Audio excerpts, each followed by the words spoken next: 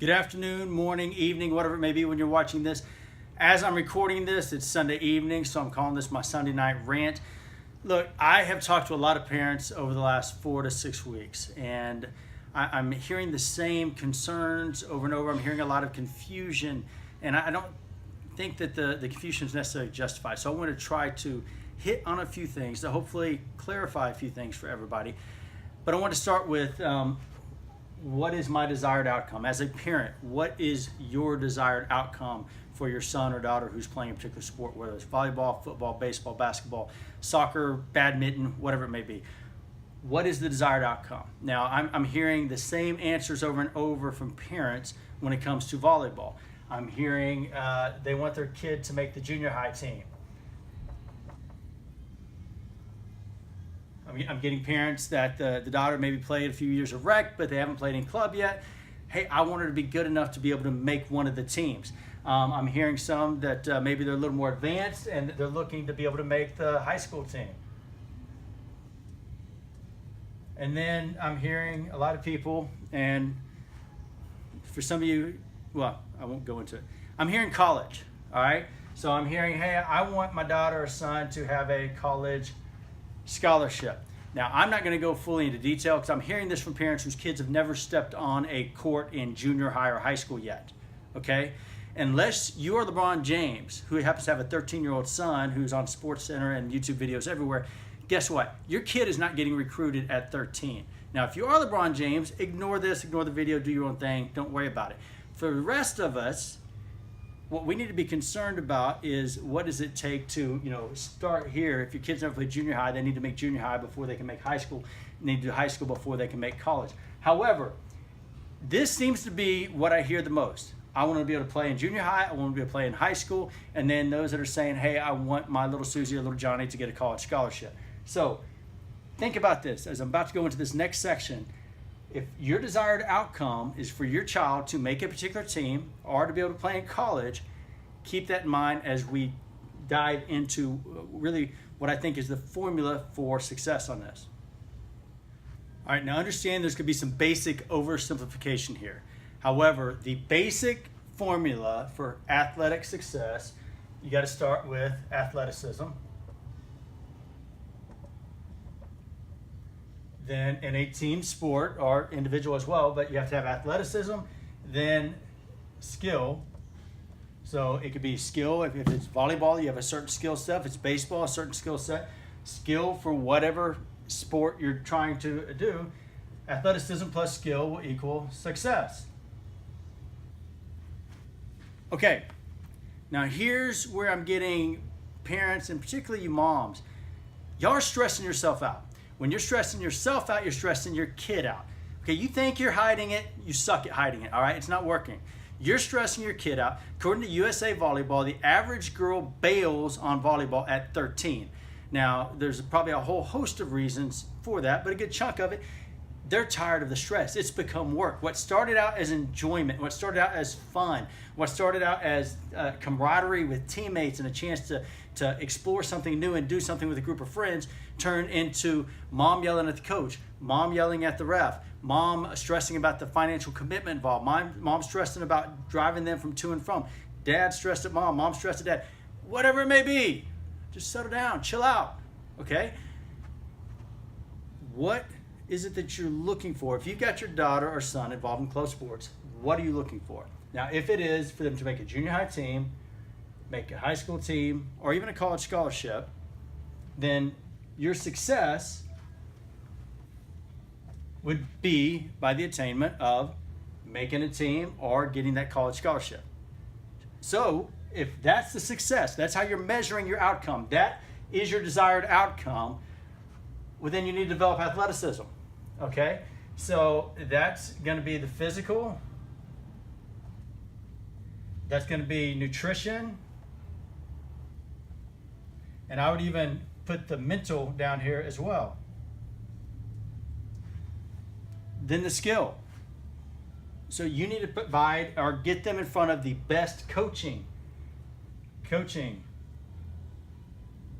clinics, camps. Develop the athleticism, develop the skill. You cannot do one or the other. You might be able to develop one for junior high, but guess what? It's not going to carry over at college. My daughter's 13, and what I've noticed over the last 2 years, and as I've noticed that we've gone to these bigger tournaments, I'll be watching the different courts. And there's a huge difference between the speed of play for 11s and 12s. And then all of a sudden you go 12s to 13, it's that much faster. The net gets higher, the ball gets heavier, it comes faster, it comes harder.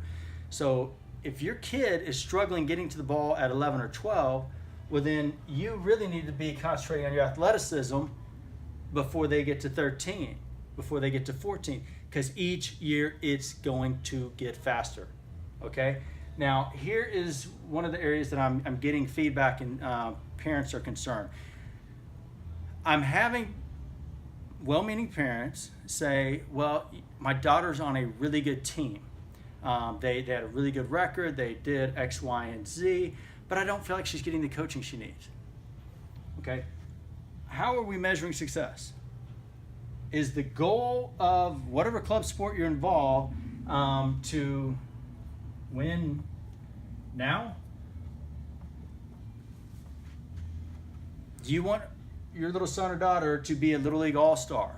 Do you want them to have a bunch of plaques from when they were 12 or 13 that are collecting a bunch of dust by the time they're 17 or 18 and nobody cares about by the time they're 25 or 35? Or if this is your desired outcome, well then, okay, I have to look back and how do I develop the best athlete? How do I get them in front of the best coaching for the best skill? And then I'm measuring success by that's what I'm shooting for. And you know what? Maybe they need to be on a team where they have specific coaching for that position. Maybe they need to go to a team. Maybe some of these girls need to be playing up with older girls, taking their lumps, getting beat, but they're getting the coaching they need. Because if this is your desired outcome, well then, if you have a collection, now follow me, if you have a collection of enough girls with athleticism and skill, then success will be two-pronged.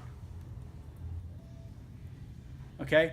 If you've got a team with 10 to 12 girls with great athleticism, great skill, good coaching, they're hitting clinics, hitting camps, well, yeah, they're going to win now, and they're also going to obtain those other goals. But if this is your main desired outcome, then whenever you're making decisions on what you're doing and why you're doing it and how you're going to do it, it's going to be from top down, okay?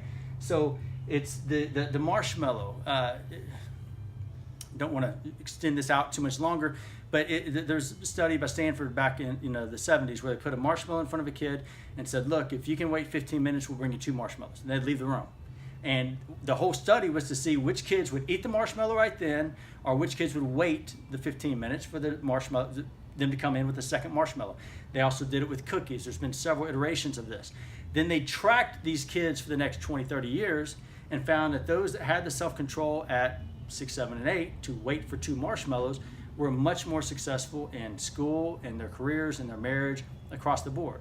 And so it's become kind of a euphemism on the idea of waiting for the second marshmallow. So if you are saying that you want your daughter to play in high school, play in college, but yet you're sticking with the team in order to win a couple games now, but not developing the skill you need to be developing. And if you know that, okay, once again, I'm not talking to everybody out there on this situation. I'm talking to the handful I've heard from who are kind of like, but what if they're not on as good of a team? But you just got through complaining, saying they're not developing as a player, that they're not developing the skill set they need to get where you want them to go. So if they're not developing the skill set, what is my goal? What is my desired outcome? Okay, so no matter what you're doing, you've got to come back and say, okay, what is it that I want for my daughter or my son from this? What is my desired outcome? Is this all I want? Are there not character traits and development skills that I want them to learn to become a better human being? Map it out. Figure out what is it you want. So then whenever you're going around to these different clubs, you can figure out, okay, who's going to fit this? If character development is your main deal here, maybe you don't care whether or not they play in high school, college, or junior high. Maybe you're more of, hey, I want them to have friends. Maybe I want them to have a good time. Maybe I want them to learn discipline, grit, determination, perseverance, hard work. Whatever it is, put together a list, okay? But then make your decisions based off that list, not off of, having a marshmallow right now. Okay, so another point of confusion I've been coming across is parents asking about when are they allowed to talk to teams, when are they allowed to make a commitment, when can they actually sign something, how does all that work? And really, it's kind of a hot button issue for me. I'm getting a lot of moms that are scared to death that if they don't give a verbal commitment on the 5th, that little Susie's not going to make a team, and little Susie's never going to make a team, and then little Susie will never play in junior high, never play in high school. She's going to end up living under a bridge, probably addicted to drugs, and her life's just going to be crap. Okay, maybe that's a little dramatic. Here's the way it works. NTR has a recruiting period, they call it, and July 5th is the date when any club can talk to any player about any position on any team. So if your daughter is already playing on a club team, well then at July 5th, they have the option to talk to anybody about any particular team. Now right now, because as I do this is July 1st, your daughter can talk to any club about their club. That club cannot talk to your daughter about a specific team.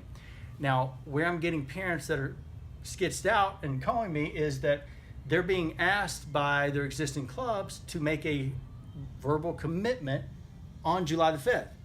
So they've got you under contract for a year, and then they want you to make a verbal commitment for the next year right here. The day you get out of contract and have the ability to take them around to different clubs to see what might be a good fit for them. Let me ask you, you're the parent, whose best interest is this? Is this in your kid's best interest that they would say, you got to commit to me right now or you might lose your spot? As a parent, I know I want to see what is the best fit for my kid. What coaches are the best fit for my kid? What is convenient for me to get to? What am I going to be driving to for 9 months out of the year? A lot of factors come into play here, but I'm just not a believer in making decisions of any sort out of fear.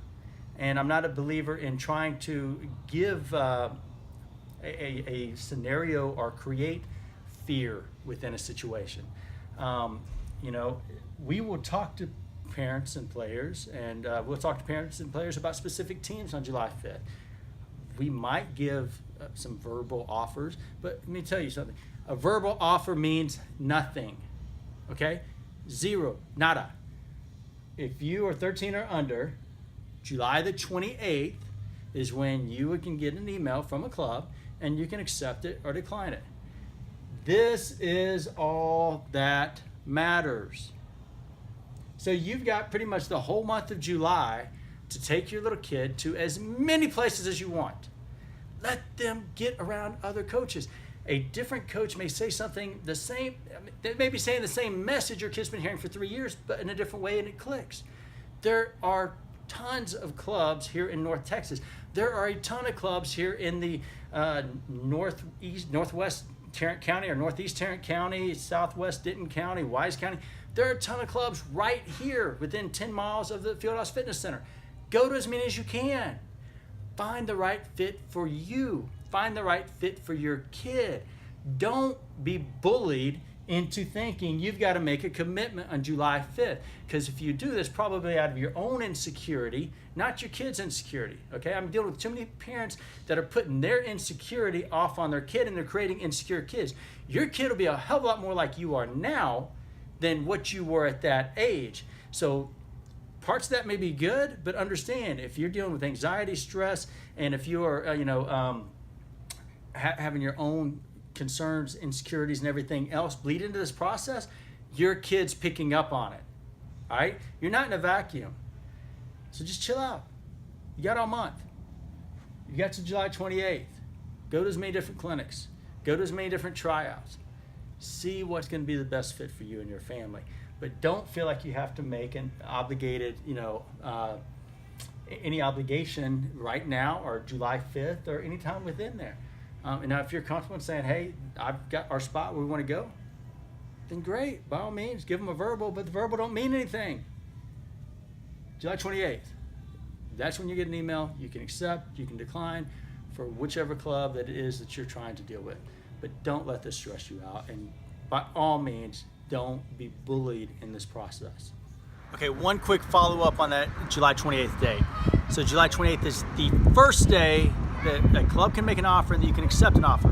However, teams will be still being made all the way through August and September. So it's not like you have to have a team on the 28th. You're gonna have plenty of time to get involved with the right team on up even to the early fall.